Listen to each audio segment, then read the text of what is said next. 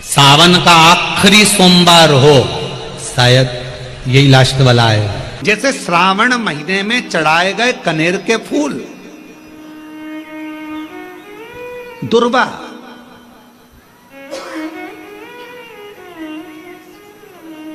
और हम सबसे कहेंगे, मान लो यदि कोई विशेष कोर्ट का केस चल रहा हो, कोई कोर्ट में कोई बातें चल रही हो, अदालत आदि में कोई कार्रवाई चल रही हो, कोई फाइल प्रशासनिक अधिकारियों के पास फंस गई हो और कुछ ना कुछ उसमें अपने को लगता है कि तकलीफ का प्रसंग है, तो हम कहेंगे शिव की आराधना करो, सत्यता पर जियो, और साथ में 5 दुर्वा, 1 कनेर का फूल पीला, 1 पीला कनेर, 5 दुर्वा, 5 बेलपत्र लेकर शिवजी के मंदिर में जाकर शिवलिंग पर समर्पित कर 2 लोटा जल सावन के महीने में उसी पर बेलपत्र कनेर के फूल पर चढ़ाइए। देवाधिदेव महादेव की कृपा होगी। ज्यादा से ज्यादा 6 महीना 7 महीना, इससे ज्यादा निर्णय आप ही के पक्ष में आएगा और शिव की कृपा से। और इसमें एक बात और स्मरण रखें, जैसे कोई की प्रॉपर्टी है, कोई की जमीन है, और वो जमीन तुम्हारी कोई ने कब्जा कर ली, या तुम्हारा नाम नहीं हो पाई, या कोई उसमें लफड़ा हो गया, या तकलीफ आ गई और पैसा उसमें अटक गया, उसके लिए भी कनेर का पुष्प श्रावण महीने के जितने सोमवार आते हैं, रविवारी, सोमवारी और भोमवारी, कौन कौन से बार हो गए? रविवार, सोमवार और मंगलवार, 3 बार। प्रथम दिवस में कनेर का 1 पुष्प लेना है, द्वितीय दिवस में कनेर के 5 पुष्प लेना है, और तृतीय दिवस में कनेर के 3 पुष्प लेना है। बेलपत्र 1-1 साथ में लेकर शिवजी को रविवार के दिन भी समर्पित करें, सोमवार के दिन भी समर्पित करें, और मंगलवार को 3 कनेर के पुष्प के साथ एक बेलपत्र लेकर बाबा को समर्पित करिए।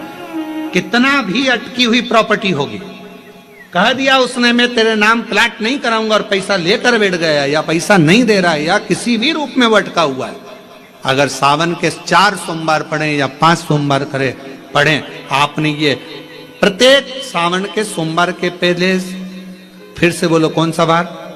रविवार, सोमवार और मंगलवार, ये 3 बार का क्रम अगर प्रत्येक सोमवार के पहले और बाद में कर लिया, तो आपको उसे प्रॉपर्टी उस व्यक्ति को तुम्हें देना ही पड़ेगी, छोड़ना ही पड़ेगी। उसको खुद अपने आप में बेचैनी होने लगेगी, मुझे देना, बुलाएगा, आपको जाना नहीं पड़ेगा, खुद बस फोन लगाया आपने, भैया हमारा करा दो, हमारा करा दो, 2 बार 3 बार अगर बोला, चौथी बार वो खुद बुलाएगा, बेचैनी बढ़ेगी। मेरा बाबा उसको खुद खल बुला देता। शिव शिव है, उसको कहते सत्यम शिवम शंकर। जो लोटा जल का लेकर जा रहे हो, उसमें थोड़ा सा इत्र, अगर इत्र नहीं हो तो गुलाब की पंखड़ी नहीं हो तो कोई फूल की पत्ती, उस जल में बाबा को समर्पित इत्र हो तो ज्यादा अच्छा। आखिरी सोमवार को या सावन महीने का आखिरी दिन आप शिव को जब 2 लोटा जल चढ़ाएं, तो उसमें इत्र का भाव रखकर, कामना कर कर, त्र्यंबकेश्वर बाबा का स्मरण कर कर, और महामृत्युंजय मंत्र को जपते हुए। कौन सा मंत्र? ये वेद का बड़ा सुंदर मंत्र है, इसको चिल्लाकर नहीं बोला जाता, महामृत्युंजय मंत्र का स्मरण करते हुए। और अगर महामृत्युंजय मंत्र याद नहीं हो तो पंचाक्षर मंत्र नमः शिवाय, पंचाक्षर का स्मरण नहीं रहे तो षडाक्षर ओम नमः शिवाय, षडाक्षर का स्मरण नहीं हो तो श्री शिवाय नमस्तुभ्यम। आपसे निवेदन है, जिस देवी देवता को आप दिया लगा रहे हो, जिस देवी देवता के सामने आप पशुपति व्रत कर रहे हो, जिस देवी देवता के सामने आप दीप प्रज्वलन कर रहे हो, देवता की जहां शिवलिंग होता है ये शिवलिंग, ये जलाधारी, ये शिवलिंग रखा। कई माताओं की आदत होती है, कई भाइयों की आदत होती है कि जहां स्पीकर बंद हो गया सर, जहां शिवलिंग होता है, रिटर्न बंद है, जहां शिवलिंग होता है तो वहां जहां शिवलिंग रखा हुआ है कटी में, जहां शिवलिंग रखा हुआ है कटी के अंदर, जहां शिवलिंग का भाग उस जलाधारी पर रखा हुआ है, तो वो जलाधारी पर जहां रखा है, ये मां जगत जननी जगदम्बा है, माता पार्वती जी का हस्त कमल है। और आप लोग दिया कहां रख देती हो? कई माताएं दिया रख देती है, जहां शिवलिंग है तो उसके आसपास में जो गोल जलाधारी है उसी पे दिया रख देती है, जला जला जला। नहीं भाई, बहुत ध्यान रखिए महाराज, बहुत ध्यान रखो जरा, बहुत ध्यान रखिए आप उस चीज का कि ये जो दिया आपने रखा है, जो ये दिया आप रख रही हैं, इस दिए को उस जलाधारी से आपको थोड़ा दूर रखना, भगवान के करीब नहीं, भगवान को लगना नहीं चाहिए। श्रीफल, नरियल, आप शिवलिंग की इस जलाधारी पर नरियल नहीं रखना है आपको। जो विराम उद्यापन करते हो आप लोग, पशुपति व्रत का जो नरियल है, भेंट है, वो शिव जी को छुआकर नीचे ना, इस जलाधारी पर नहीं रखना है, शिवलिंग पर नहीं रखना है, उसको छुआकर जलाधारी से दूर रखिए। आपने अगर जलाधारी पर रखा है तो उसका फल आपको नहीं मिल सकता,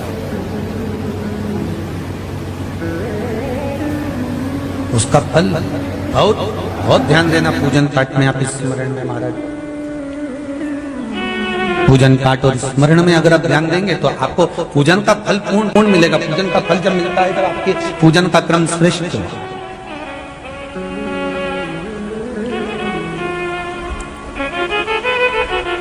पूजन का फल तभी प्राप्त होता है महाराज, और उस पूजन के फल को हमें अगर प्राप्त करना है तो हमको श्रेष्ठता धारण करना ही पड़ेगा, हमें अपनी गलतियों को सुधारना पड़ेगा।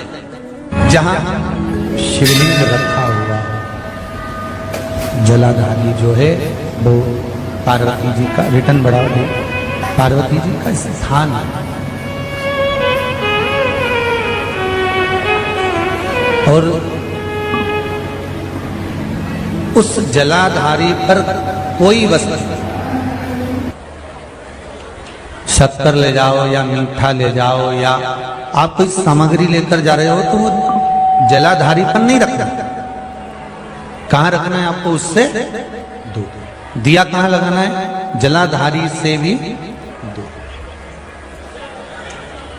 फूल चढ़ाओ, पत्ती चढ़ाओ, अक्षत चढ़ाओ, मूंग चढ़ाओ, तुम्हारी मर्जी पड़े। जो सामग्री आप भगवान की सेवा की, चंदन, अबीर, गुलाल जो लेकर गए हो वो शिवलिंग पर, जलाधारी पर सब लगाओ, सब चढ़ाओ, इत्र भी चढ़ाओ।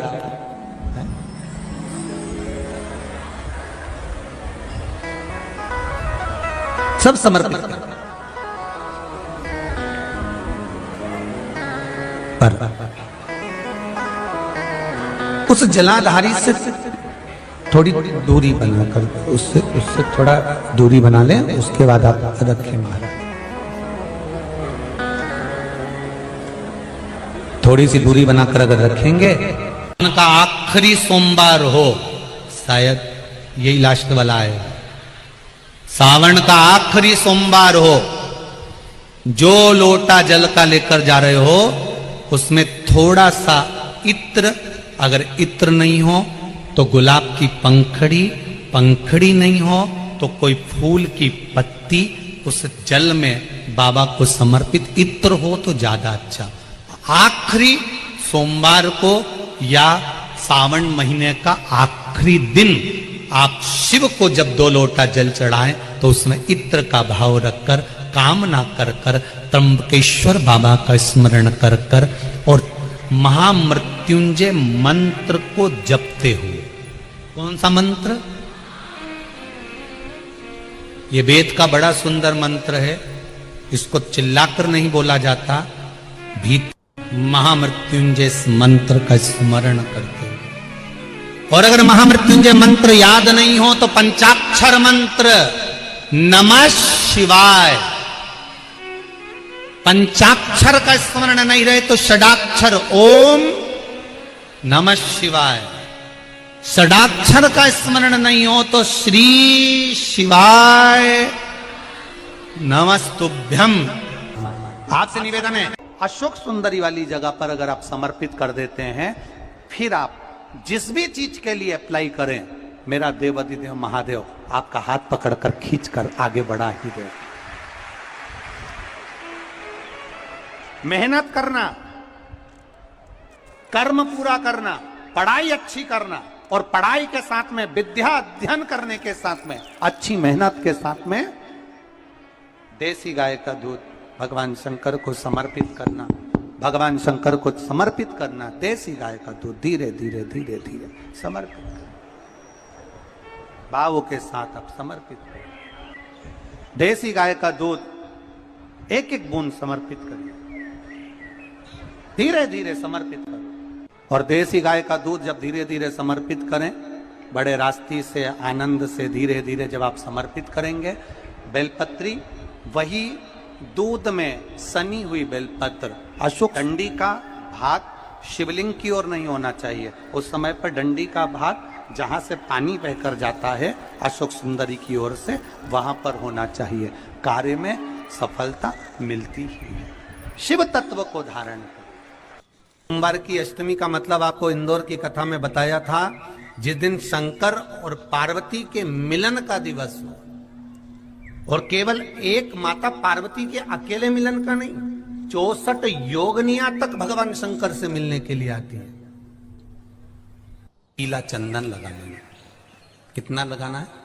बीच वाला जो पत्ता है उस पर पीला चंदन। जब आपको लगे कि मेरा जीवन बहुत कष्टमय है, अब ये रोग, अब ये कष्ट दूर ही नहीं हो रहा, अब ये आए दिन तकलीफ पर तकलीफ बढ़ती जा रही है, आए दिन रोग बीमारी, पैसा घर में बच नहीं रहा, बहुत कष्टमय जीवन है, इसमें लगाओ पीला चंदन बेलपत्री की बीज पत्ती पर। महाराज, और बीज पत्ती पर जब चंदन लग जाए, लगने के बाद में ये दोनों पत्ती पर लाल चंदन लगा लीजिए। इन दोनों पत्ती के बीच में जो डंडी का भाग होता है, आपको कहा था, आपको स्मरण में होगा शायद, हमने जब बेलपत्री की महत्वता बताई थी तो उस बेलपत्री की महत्वता में कहा था ब्रह्मा विष्णु महेश ये तीन हैं, बोला था। बीच में ये बड़ी पत्ती से लेकर जो दो पत्तियां होती हैं, इनके बीच में जो जगह बचती है, इसमें मां पार्वती के 64 योगनियां, मां पार्वती अपनी पूर्ण सिद्धि के साथ में जितनी भी देवी के स्वरूप हैं, वो माता 64 योगनियां देवी के स्वरूप में यहां पर विराजमान होती हैं। दो पत्ती के नीचे से जो डंडी होती है नीचे तक, ये पूरी डंडी में 33 कोटि देवी देवताओं विराजमान होते हैं इस पूरी डंडी के अंदर। तो ये बीच वाली पत्ती है, ये जो बीच वाली पत्ती का जो भाग होता है, इस पत्ती के भाग में शहद का प्रयोग कर कर, यहां पीला चंदन, लाल चंदन, लाल चंदन, शहद का प्रयोग कर कर, इसी तरह से पकड़कर ये बेलपत्री की जो डंडी है वो अशोक सुंदरी पर जब आप समर्पित करें, तो जहां से जल बहता है उस ओर पर इस पत्ती को चढ़ाकर केवल आपके हृदय की बात कहकर देवाधिदेव महादेव से कोई भी शिव जी का मंत्र, पंचाक्षर नमः शिवाय, षडाक्षर ओम नमः शिवाय, श्री शिवाय नमस्तुभ्यम, या महामृत्युंजय मंत्र, जो शिव का मंत्र हो आपके पास में, उसको बोलते हुए देवाधिदेव महादेव को धीरे धीरे जल की धार चढ़ाना प्रारंभ करो। जल की धार जब पूर्ण होने लगे, उसमें थोड़ा जल बचे, तब अशोक सुंदरी पर जो तुमने बेलपत्र चढ़ाई है वहां उस जलधार को चढ़ा। ये प्रयोग आपको केवल सोमवार की अष्टमी पढ़ने पर ही करना है। कौन से दिन करेंगे? जम के बोलिए जरा। सोमवार की अष्टमी पढ़ने। और धतूरे का फूल,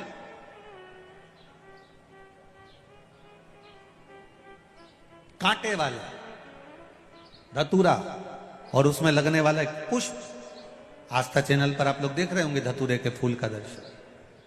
धतूरा और धतूरे का पुष्प, छोटा सा पौधा है, ज्यादा बड़ा नहीं है, कांटा लग रहा है, धतूरा लग रहा है, और उसमें भी साधारण धतूरा नहीं, जिस धतूरे के नीचे की डंडी लाल कलर की होती है, अगर वो सोमवार की अष्टमी को देवाधिदेव महादेव को समर्पित करी जाती है तो उसके घर में कभी संपदा की कमी नहीं होती है। वो धतूरा है, साधारण नहीं है। धतूरे में भी लाल डंडी, जैसे धतूरा गोल होता है उसके नीचे एक छोटी सी डंडी, देखा है आप लोगों ने? अरे देखी कि नहीं देखी बोलो? धतूरा देखा है ना? धतूरे के अंदर एक नीचे छोटी सी डंडी होती है, जब तोड़ोगे तो वो डंडी का कलर अगर लाल है, वो डंडी का कलर अगर लाल है, और कभी हम तो कहेंगे जैसे बड़ी बीमारी जिसको हो जाती है, लीवर, किडनी, कैंसर आदि आदि बड़ी बीमारियों से जो जूझ रहा होता है, प्रयास करो, प्रयास महामृत्युंजय का जाप कर कर, महामृत्युंजय का स्मरण कर कर, एक लाल डंडी का धतूरा प्रयास करना, एक धतूरा मिल जाए या 5 धतूरे मिल जाए किसी भी एकांतेश्वर महादेव पर, जो शिव मंदिर एकांत में हो, जहां कोई जाता आता नहीं हो। वैसे तो अब बहुत मुश्किल है कि ऐसा मंदिर मिल जाए जहां कोई जाता आता नहीं हो, पहले की बात दूसरी है, अब बात दूसरी है। फिर भी कहीं आप रोड पे से निकल रहे हो, एकांतेश्वर महादेव अगर आपका दिख जाए, बहुत बीमारियों से ग्रसित हो, तो भी महामृत्युंजय जाप का स्मरण कर कर या किसी विद्वत ब्राह्मण जन से महामृत्युंजय मंत्र का जाप कराकर, या भगवान शिव के मंत्र का जाप स्वयं कर कर, वो भी ना बने तो पंचाक्षर मंत्र नमः शिवाय, षडाक्षर मंत्र ओम नमः शिवाय, या श्री शिवाय नमस्तुभ्यम जप कर वो लाल डंडी का धतूरा 5 एकांतेश्वर महादेव को आप समर्पित कर सकते। रोग थम जाएगा, जो दवाई खाओगे वो शरीर को लगना प्रारंभ हो जाएगी और आप स्वस्थ में होने वाली थी सावन की पहली, और मालूम पड़ा कि वो कथा छत्तीसगढ़ की पवित्र धरा पर है। अर्थात भजन का बल, भक्ति का बल, स्मरण, ये सब खींच कर लाते। चुंबक देखिए आप लोगों ने, वो चुंबक को गंगा में रस्सी बांधकर गोताखोर डालते हैं और उसमें चिपकने वाला जो भी सामान होता है वो चिपक जाता है। लकड़ी नहीं चिपकती, कपड़ा नहीं चिपकता, प्लास्टिक नहीं चिपकता। वो चुंबक में जो चुंबकीय तत्व होते हैं वही चिपकते हैं।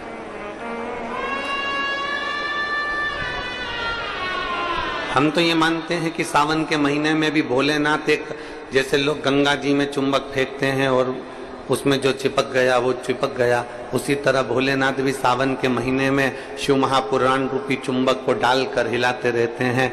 किसके भाग्य में है और कितने लोग चिपक सकते हैं ये उसी को मालूम है।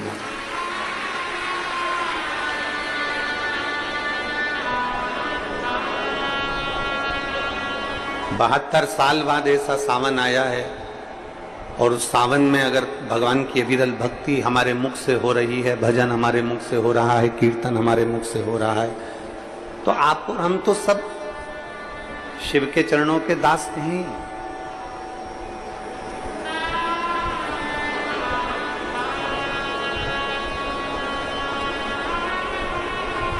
कहते हैं, शिव महापुराण की कथा कहती है, नौकरी ऐसी होना चाहिए, सर्विस ऐसी होना चाहिए जहां जाने का मन करे। ऑफिस में तुम बैठते हो और दिन भर क्लेश मचे, फाइल तुम पढ़ते हो और फाइल उठाते से तुम्हारे को मानसिक टेंशन आ जाए, जरा जरा सी बात में चिंता खड़ी हो जाए, तो वो ऑफिस जाने का मन नहीं करता, नौकरी पर जाने का मन नहीं करता। नौकरी ऐसी हो जहां जाने का मन करे और घर ऐसा हो जहां वापिस आने का मन करे। तो समझ, घर में अगर क्लेश हो रहा है, बहुत अशांति हो रही है, बहुत लड़ाई हो रही है, बहुत विवाद हो रहा है, कहीं सास का मुंह फूला रहे, कहीं बहू का मुंह फूला रहे, कहीं बेटे का, कहीं बेटी का, कहीं माँ का, कहीं पिता का, कहीं भाई, कहीं बंधु, इनके मुंह फूले रहे तो घर में आने का मन नहीं करता। पत्नी का दिन भर मुंह फूला रहेगा तो पति का घर आने का मन नहीं करेगा। माँ बाप का अगर मुंह फूला रहेगा तो बच्चों का घर आने का मन नहीं करेगा। नौकरी ऐसी हो जहां जाने का मन करे। मन करे आपका कि मुझे